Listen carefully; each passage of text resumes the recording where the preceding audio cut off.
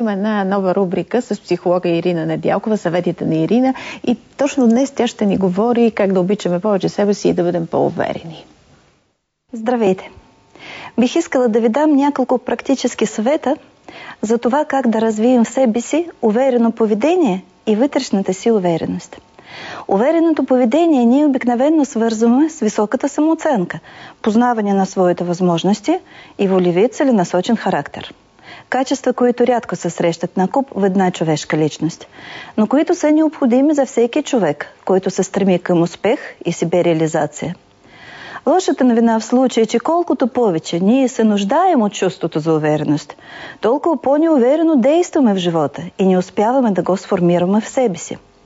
Хубавата новина е, че не е задължително да бъдеш уверен в себе си, за да се държиш уверено. По-голямата част от информацията за другите хора ние получаваме по невербален път. Осанка, походка, жестове, поглед, интонация. Това са козове, които вие можете да изиграете във вечната игра на себе доказването. Изправения гръб, ниски, гръдни тонове на гласа ви, жестове с открити към събеседника длани, усмивка и погледа в очите на събеседника поне 2/3 от времето на разговора ще направят нужното ви впечатление на уверен в себе си човек. Прочутият руски режисьор Константин Станиславски на практика е доказал, че копирайки външните признаци на вътрешното състояние, ние постепенно формираме в себе си и съответната черта на характера.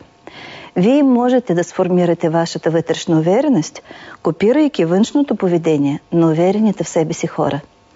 И накрая бих искала да добавя следното. Природата ни създава равни и ни дава щедро всичко необходимо, за да се реализираме в този свят. И само от нас зависи доколко добре ще се възползваме от щедрите дарове на природата.